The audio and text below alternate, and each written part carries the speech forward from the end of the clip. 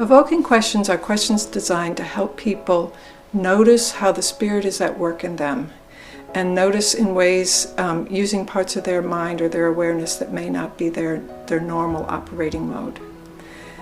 Evoking questions are different from questions of fact and questions that ask people to reflect in an analytical way. Evoking questions are designed to help people draw out from a speaker an awareness that's deep inside, but they may not be conscious of yet.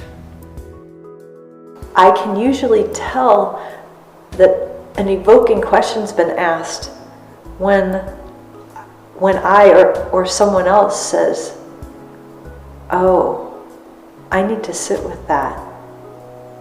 Oh, let me bring an answer back to you next time we're together." So evoking questions also are designed to help people savor the experiences they've had of the Spirit or of God. So someone might say, during your presentation you mentioned this, God was with you in this way, or the Spirit was there, or you had an experience of profound love, or something like that, and say, in that moment you described to us, can you say more about that? So you're inviting the person to go back to an experience they've had and pay attention to it, and oftentimes they notice things that were happening there with them and the Spirit that they hadn't really noticed before. And so you're inviting them to savor that, or if they had noticed it, just to feel it and to take it in the way that God has been present with them. Evoking questions are designed to help people pay attention to that different kind of awareness. So it might be, have you had dreams about this? What images come to your mind when you think about this? How do you sense God's presence when you contemplate this possible call or leading? Have you had signs about this sort of outward confirmation of this sense of leading? Evoking questions are open-ended questions. That is, the person who asks the question doesn't know the answer, and they're just inviting the person to explore their own experience and share it as fully as possible.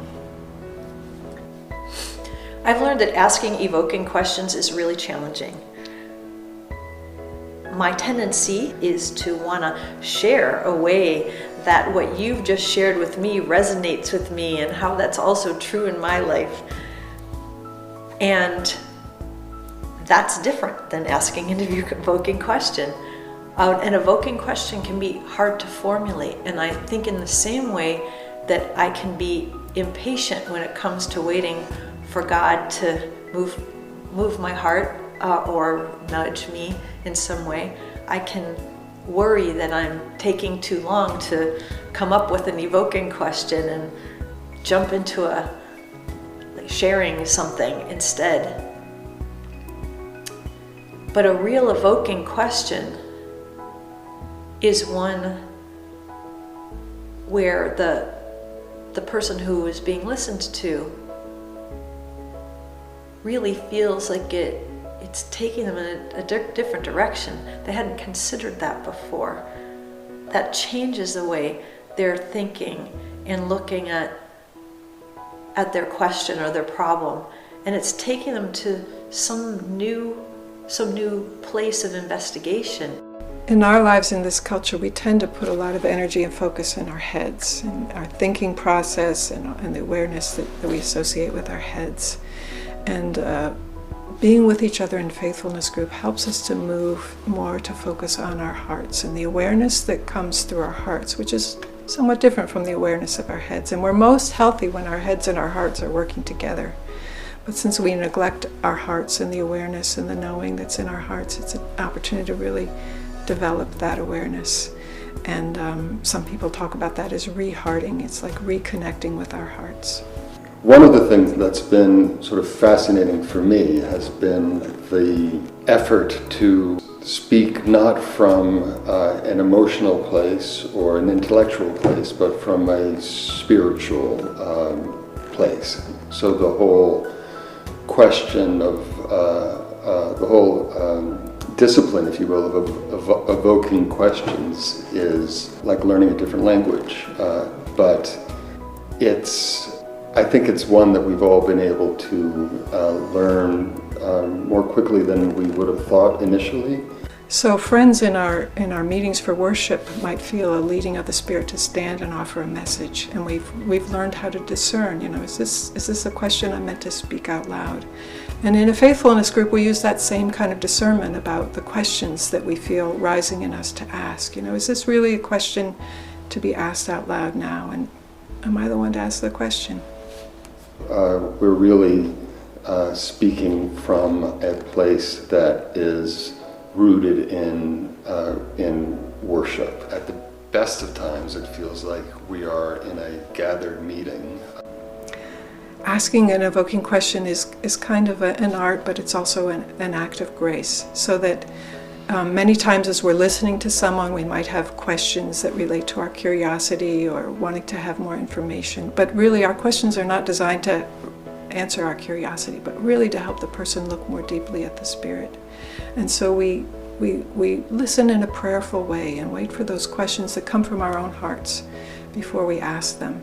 And we also try to sense, does somebody else in the group have the question right now? So we pay attention to each other, and we're like a symphony of the Spirit as we sit with someone, waiting for the right questions to arise from our hearts and from the Spirit. And I know when I've been asked an evoking question, it completely changes my perspective on how I've been looking at my problem or my question. Being asked an evoking question can be a real gift.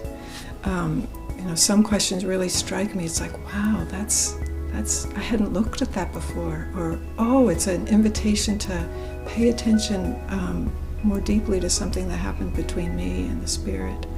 And it can be just an enormous blessing to be invited to go there and look at that and savor it and share it with the group.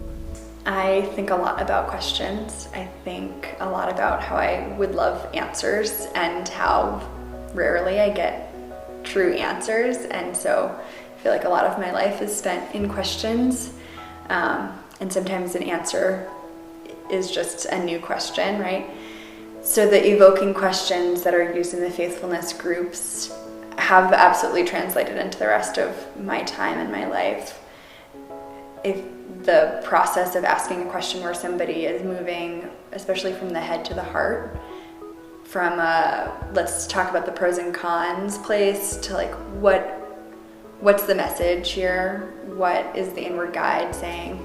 And even if it's just for a second, getting to have that touchstone down into the heart, I can't quite imagine what the world would look like if we got to ask more questions like that.